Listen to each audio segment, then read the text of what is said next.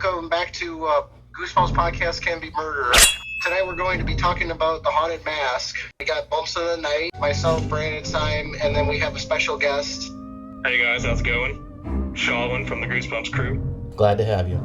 Very happy to be invited on your guys' podcast. And last but not least, we also have the Grinch. Hello. Wait, is your name still the Grinch or have you changed it again? No, it's fine. Okay. Still doing great. Just making sure. Alright, so Brandon, what book you said we were reviewing The Haunted Mask today. Do you have the synopsis ready for The Haunted Mask? Yep. Basically, yeah, I can do a little bit of a Cliff Notes version. Alright, let's get it. Alright, The Haunted Mask is about Carly Beth, who is a major scaredy cat. Like, she's scared of literally, like, basically anything. And basically, this Halloween, she wants to get back at everyone that, scared her. She goes to an old mask shop. She finds the haunted mask. She puts it on. And basically, every time she takes it off, it gets harder and harder to take off. And basically, she has to figure out a way to get the mask off. Yeah, that's kind of there. One thing I found interesting, because actually it's been years since I read this book, that in the beginning, it states that she's friends with Chuck and Steve. Pretty sure she wasn't friends with them in the episode. Yeah, no. No, they definitely didn't make it out to be like they were friends, that's for sure. Yeah, it was like they were acquaintances, but not like, hey, we're good friends, we hang out outside of school and stuff. It was just like, hey, I know you. Well, here's the thing. I may not be the biggest fan of Haunted Mask that our guest here is, but I remember in the second book, we had like kind of a resolvement of that later on. Do we? Well, like I said, in the first book, I thought it was just interesting. I started reading it, and I was like, wait, they're friends? Which, again, I get it, they're going to change stuff to fit the episode and all that, but more or less, the plot's the same. It starts out Carly Beth's in school having lunch with Sabrina, and essentially, Steve and Chuck come to hang out with them, and Steve offers Carly Beth a sandwich. She eats it without even checking it because they're friends, which makes more sense, and she bites into a worm. Which, ew. Yeah, they get a lot of that stuff, thankfully, in between the episode and the book. I mean, there were obviously subtle differences, but they really did set up, like, the whole Carly Beth in the book being more, like, demoralized, humiliated than they did in the episode. Now, that could have been due to time constraints, but that's where the book kind of comes into play, and it's a little bit better on that side. Definitely. Oh, look, Josh is here. Oh, there you go. Well, hello, Josh. Alright, so we were just talking about the Haunted Mask. We're right at the beginning where Carly Beth essentially gets humiliated at school and decides to... She ends up running home because kids are making fun of her in the hall. She could just hear the laughter and the shit talk, and yeah, it just kind of ruined her whole day, which, I mean, I get it. I feel the same way if one of my friends tricked me into eating a worm sandwich.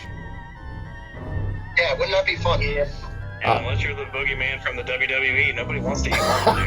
Yeah, you're right. Like you said, maybe this is because it was the first Goosebumps episode ever made. They kept it very close to the book. There were very, very, very, few differences. It's very accurate, Definitely. for sure. One of the better changes I actually liked that the episode did compared to the book, it was like a science fair that had all that in the beginning, but it was really, they did the pumpkin patch bit for the episode. Yeah. Which actually gave it more of that Halloween feel compared to a science fair.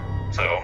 You were talking about the Earth sandwich thing about earlier. Mm-hmm. That reminded me of Gooey Worms, where the whole plot of that is a person, one of the main characters eat a worm. Is that like a reference or like a Easter egg for Stein? Now, I don't think it's a reference per se, but it's very possible that it may have inspired Gooey Worms about 10 books later. Yeah. I don't think there's any, actual proof, though, stating that. I think it's more of just, we're just going to connect the dots here and assume. Yeah, I've not heard anything that it's actually connected, but yeah. Then there's people out there, though, who think that, all of Stein's books are in the same universe together, which would be cool. I don't think so. I think there's some flaws in that. I don't think so, but I would think, Goosebumps 2000, for sure. Well, I think Well, so, okay, going to this theory, some, yes, but it's probably more or less like multiverse. I mean, think about it like this. The Horrorland series are all connected because, again, they are essentially a series of books that all coincide with each other. But realistically, the way I see it is, there's no way there's maybe there's 15 different types of aliens that just happen to all visit Earth and all do different things. I mean, it's anthology, Not all Goosebumps are in the same universe. I think that's what we're kind of trying to draw the line here at. I can definitely see more of a multiverse out of that. Definitely. Because think about this. What would be cool, though, but we'll do one last thing about the multiverse here before we get back to the main trail of the book. I would love to see a new Sony project where they pull all the Slappies like, because you know how multiverse is just kind of the big thing right now. Have them all end up in one universe. Like, that'd be great. Slappy's world. The only Slappies we could use is probably the movie Slappy, the TV Slappy, and the newer Slappy, because the comic Slappy might be a little bit harder to animate. This is like alpha phase stuff, dude. It's never gonna happen. It's just a fun little idea. Yeah. Look at Spider-Man Across the Spider-Verse. That was a great movie. Yeah, That was a fantastic movie. And let's think about it. Doesn't Sony own a stake in Goosebumps? They are the owners. They are the official distributors. So a lot of people think that Disney actually owns it and does all that, but like it's actually Sony and Scholastic who own it. Disney just distributes it for them. Yeah. Okay. So then sense. it is plausible we could get an animated Goosebumps movie that ties all the books into one, like the first one tried to do, but isn't shitty. Probably not, though. So, back to the book. Carly Beth is running home. She's upset. She gets home, and her mom shows her the plaster Paris head she made of her, and she tells her she made it because she loved her. And this is key to the plot. So then Carly Beth finds out that her mom made her a duck costume for Halloween, which was also true to the show, and she didn't want to be a duck. For Halloween, she wanted to be scary. I don't want to be cutesy. I want to be scary. Scary. Yeah, so then she takes her money and heads over to the little party shop down the street, which is way creepier in the TV show, if you ask me. It's perfect. In the Oh yeah, TV show. 100%. Yeah. Yeah.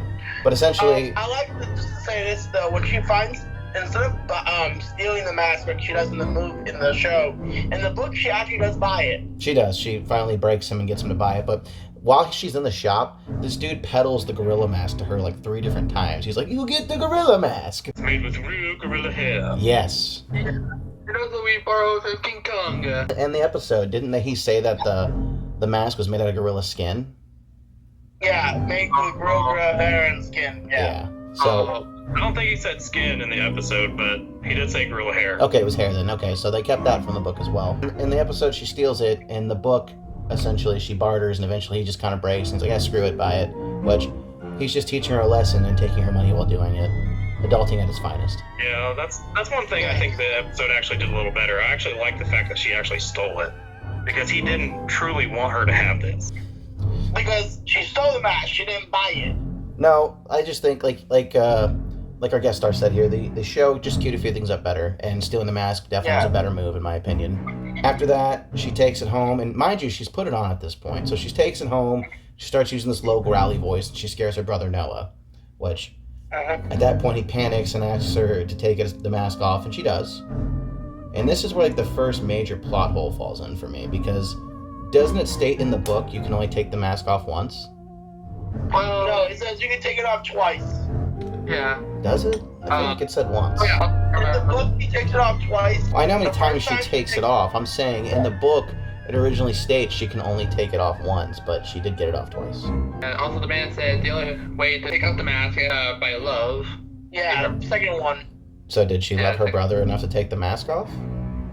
Well, if she scared him, no. I don't know. That was kind of a gray area for me, but not the biggest complaint. Just kind of like, I feel like R.L. Stine didn't really remember the rules he set for this world when he started writing it. Well, to be fair, he based that book on his son who had a Frankenstein mask, so... That got stuck on his It head. was stuck. Yeah. When you go to the episode, actually, they don't tell you how many times.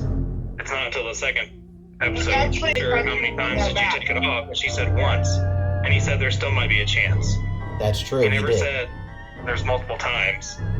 Now the book, I believe, did, and I do believe Yeah. it was only one. The book I'd have to states- actually go back and Yeah, no, because I just read this the other day. I'm pretty sure it was only He once. takes it off in the book.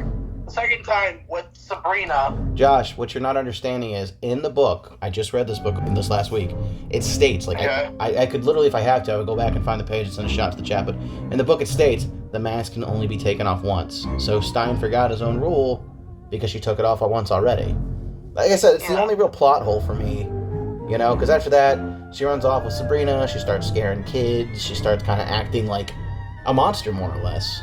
Speaking of the haunted mask, while we're all here, what did we think of the representation it got in the new series? Crap. Shit. Crap.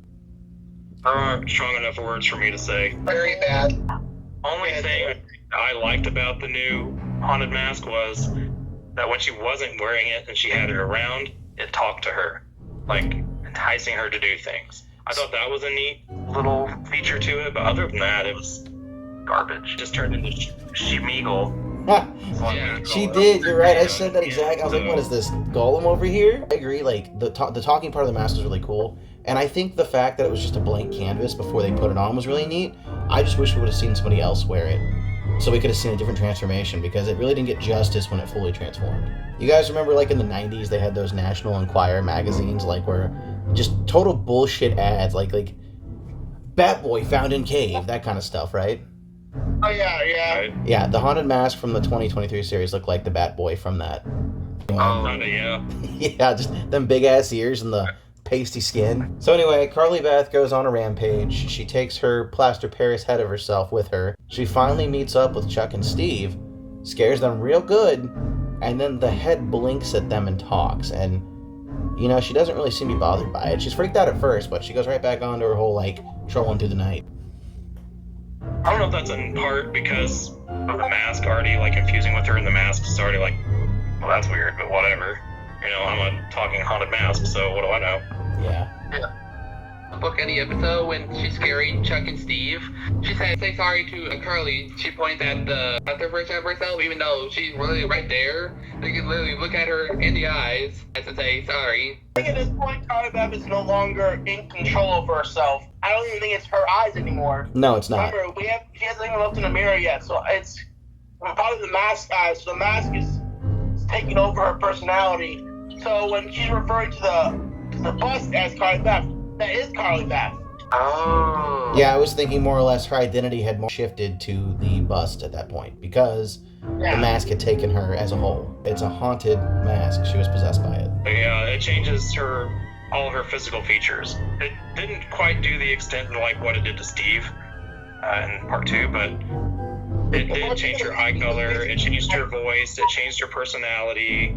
I mean, it literally changed everything about her, to the point where she got scared of herself. There's even reference to the fact that this is who she used to be. And to me, that's just such a awesome concept, because again, it's like, it's so deep for a kid's book. Like, it just, I love it. I really do. Yeah, it's one of the, besides, like, I'd probably say, out of the first 11 books, I mean, I'm a huge fan of Welcome to Dead House and Stay Out of the Basement. Well, this one, as a whole, just really captured me because of the character development and the growth, and something about haunted objects, too, for me. I love all the books that Stein does with haunted objects. So, okay, I like I always that. love the episode where it's like they say Carly Beth needs to find the love of her family and friends. That always brings me back to like, this is not only a story about self-image and self-esteem, but about the dangers of how bullying affects somebody. it can't be. A lot of it is viewed as a revenge story, and obviously she does want some revenge. Yeah, that was the whole point. I think it's more of a story about just loving yourself for who you are. When she actually realizes that, you know, she is loved and she is actually like bonded by all these people, it's more like the existential crisis for her is like over. After all that she's been through, she does grow into a person that's not as scared as she used to be. Well, I mean, she beat in the face of evil, so. But before we fly past this part, let's talk about where she meets back up with Sabrina and decides it's time to take the mask off, and she can't. The mask is fused to her skin. Anymore. The mask is no longer a mask. Honestly, I mean, that's got to be so scary. Just imagine, you know? I remember reading this the first time ever, and I think the part that scared me the most, she's looking at the mirror and she said, "Those are not my eyes, Sabrina. What happened to my eyes?" So, she freaks out, and then she runs down to the mask shop thinking, hey, if anyone can help me, it's going to be the creepy mask salesman. Which, when she gets there, she finds out, and this is the only other real plot hole for me in the book. When she gets there, she finds out that this is a face he created when he used to work in a lab. Doesn't say if he's a doctor, doesn't say why he was making the face. It's essentially just, once he left the lab, the face has turned ugly, which, I don't know, it's kind of like that whole thing in Dead House where they don't really go in deep into it. It's just like, oh, yellow gas came down and killed everybody. The end. It's like, what? What? Give me more. The one thing that I always wish Stein would have given us was an actual, like, story of the shopkeeper. The Stones version better of what the shopkeeper, why he designed the masks.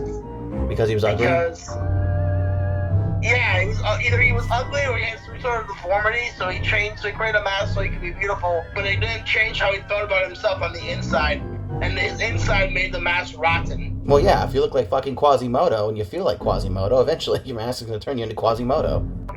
Rewatching the episode in the book earlier on, the Carly Beth that the masks that were originally beautiful, but they got deformities. The unloved ones, that's what it is, the unloved ones. But essentially, yeah. So she wakes up these faces, which are also haunted, and they all decide, you know what? We like that face, we're going to fuse with it. And they chase her out of the shop, and only a symbol of love can save her. That's kind of where it got me, as because, like, in the book, the way she got rid of the mask wasn't like the episode. I actually prefer the episode version of how she got rid of it by burying it in the graveyard. Mm-hmm. Yeah, I think that's my favorite way of how it went. That made more sense, you know. It's like a funeral for her old self. Yeah. So yeah. It was really great imagery that they gave you for the episode. I guess, would you say that would be like kind of like an ego death in a way, sort of? Or not No, really? more of a death. Okay. Yeah, that makes sense. Well, I mean, I guess at one point in time it was her parting with her old self, if you think about it, when she buried the bus. Yeah. Right. Yeah, it makes sense. And, you know, I agree. I think the show ending was better than the book ending because she puts the plaster Pear's head over her head, which is already in a mask. So she's mask-exceptioning at this point, but how big was that thing? If it's a 1-to-1 scale, there's no way she's going to fit her head with a mask inside it.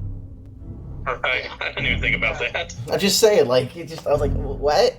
But it works, because after she pulls it off, the masks are all gone, and then she can take her mask off, and look at that.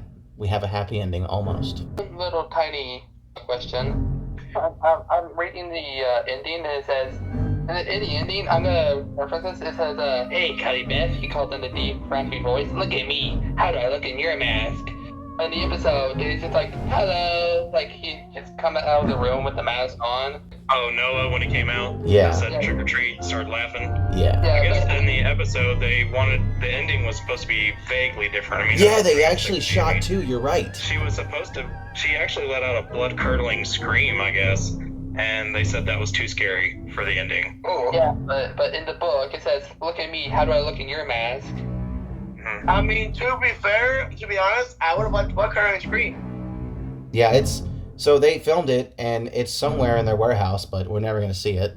Somewhere buried deep, we'll never see. It's Raiders of the Lost Ark moment. Yeah. But it would be Top so man heaven. cool. I wish that they had taken the turn with this. When Noah put the mask on, instead of saying, "How do I look in your mask?" Just be like, the mask would have taken over him and been like, "You can't get rid of me that easily." The mask always had its own persona, and now Noah's gone, and the mask has taken his place. I would have liked that better. Yeah. I would have liked that too. I mean, because a lot of his twist ending stuff, he always wanted people to kind of sort of have that happy ending for most of his books. He goes on record saying that, you know, all of his endings are supposed to be, or all of his books are supposed to be known by children that these are fake. Well, to be fair, the only two books that I've seen that have a happy ending are Phantom of the Auditorium and Cuckoo Doom. I mean, technically, Doom has a happy ending. I mean, I wouldn't call. It's not very happy, but it's Yeah, it's a good ending, I guess. It's From a certain point of preference. view. for like one person, it's good, but like the other person's One not. person. Yeah, but here's the thing, you can definitely tell the Phantom of the Auditorium has a happy ending. You can tell that. Oh yeah, the Phantom gets to move on into the afterlife. Is it, though? Yeah. It's not a happy ending for his boy character who's supposed to play the Phantom. He gets knocked down a trap hole, sleeps through the entire performance, then wakes up to find a ghost ganked his spot. That doesn't sound very happy for him. Yeah. For the performance, that was well received. But regardless, Anyway, this book was Yeah. fantastic, and even though the ending could have been a little creepier, I think it hit all the marks, honestly. It's one of the Halloween books. It's one of my Halloween books, anyway. So let's start scoring this. We're going to start with Brandon. You're gonna think up maybe wild for this one, but 10. Okay, a 10. I'll give Grinch. it. Okay, wow, 2 10s. Okay. Oh, for me, definitely a 10. Okay. It's been my all-time favorite book. And Josh? And one of my all-time favorites. Oh god, guys, don't put me in. Don't put me in the spot. Hold on, I'm gonna ruin We this. have to, bro. Hold on. No judging. No judging. So I think it was a fantastic book, but it did have plot holes, and R.L. Stein did forget his rules. I think it's one of the better books I've read so far, considering I'm rereading the series starting from 1. I'm going to give it an 8.5. Fair enough. Okay, that's fair. All right. So if we're going to average that, there's 5 of us. It's a 9.7, so we round up. Yeah, you get to 10. There you go. It's 10. Perfect book, 10. Yeah, let's go. All right. So when we talked about the episode as we went along here, and the episode was the first Goosebumps episode released. It was a Halloween special, and because it didn't have like the whole guidelines that they had to go by yet, I think things were a little more looser with it, which was nice because it was a very faithful adaptation. So. And I still think it's my personal favorite episode. So. Yeah. Wait, you like this more than Strain Keys? Haunted Mask 2 got a very close second to me, but the episode still is my favorite. Because of the changes they made from the book, from Haunted Mask 2 to the episode. The episode was far superior. That is W3 and Nine Church are my 2 favorite episodes, so. Okay. Grinch, what are your favorites, since we're covering that? Probably either Werewolf of Fever Swamp or, well, Phantom of the Auditorium. Brandon? Yeah, Fever Swamp's a great one. Haunted Mask 1, and I think... Ooh, I'd probably say Haunted Mask 2. Mine be One Day at Horrorland and this one as well. So Also, Werewolf Skin. I can't forget about Werewolf Skin for me. I love how much you love. I know you love Werewolf Foreskin. We've talked about that. All right, so let's rate the episode since we talked about it already. Brandon, what would you rate the episode? 10. That's okay. Is it gonna be the same I'm thing? glazing this book and episode. I don't care. I'm glazing it. I don't care. Josh. Episode 9. Oh, didn't get a 10. Grinch. 10 definitely for the actress. Okay. And then our guest star. Definitely a 10 for me. So. Okay. I'm gonna give the episode a 10 as well because it was a little more thought out, better than the book was. It's a 9.8. Once again, we're gonna round that up to a 10, but that's not a big surprise. All right, so let's go around here and let's kind of go over our own personal. The book and the episode both go down as fan favorites from the last 30 years plus. So. Yeah, these are iconic. And I feel they still hold up. No, they definitely do. They definitely do. Let's go over our more or less our final thoughts on it and our closing statements, starting with Brandon. I absolutely love the book. I understand there are plot holes, but even then, I won't lie. I didn't really notice them as a kid. I do definitely notice them more as an adult, but honestly, I still love this book. I still love this episode. It's easily the only, like, that and Attack of the Jack-O-Lanterns are probably the ones that I go to every Halloween. Like, I have to. That's fair. Josh? I love this book. Great episode. Go back to it every Halloween. I and my boy Brandon over there. I had a guess what the true enemy of this book would probably be. It's self-esteem. It's how you view yourself.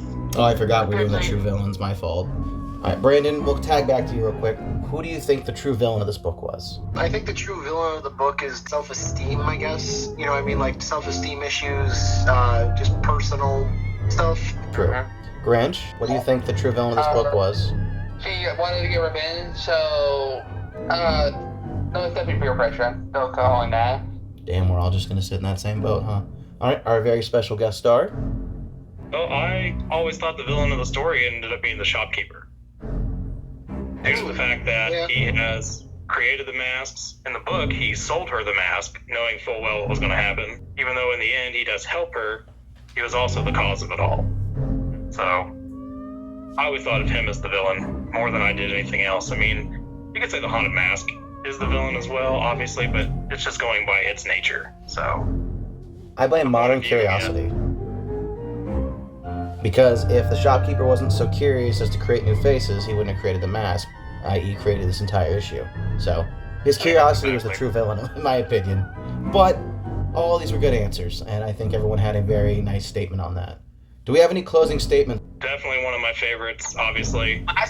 It shaped my life, because I fully related to the story of Carly Beth, the bullies, wanting to get your revenge, and being a big Halloween nut like I am, all this being placed on Halloween and just getting a mask to scare the absolute shit out of these guys was phenomenal. So I also agree with the statement that the underlying statement is that revenge is going back to an old Chinese saying, revenge is a two-way street.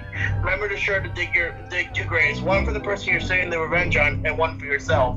This is exactly what this book is trying to say, that revenge is not always the answer, even though it might seem like it's the best option. Boy, You feel better. It'll just make you feel worse. you live in America. Revenge is always the answer. Let's go to war. Dude, Alright, so in this America? That was America. Yeah. I get what you're saying, Josh. There's a wholesome lesson in there from some Chinese proverb that we didn't understand. All right. yeah. Brandon, do you have any closing statements on this book? I really always enjoyed this book, and I guess also being bullied as a kid, I also related to Carly Beth, so it was like, oh, I guess I got like a little bit of a personal connection to this book, so. Thank you, everybody, for tuning into another episode of Goosebumps Podcast Can Be Murder. Thank you very much to joining us, our special guest star. If you guys haven't done so already, go check out the Goosebumps Crew podcast. That's all. Yeah. Yes. They do really awesome episodes where they interview all kinds of people from the show. And unlike this one where it's animated, you can actually see them on camera. So if you guys like Goosebumps content and you're watching this, go check that out. With that being said, we appreciate your viewership, and we'll stab you in the next one.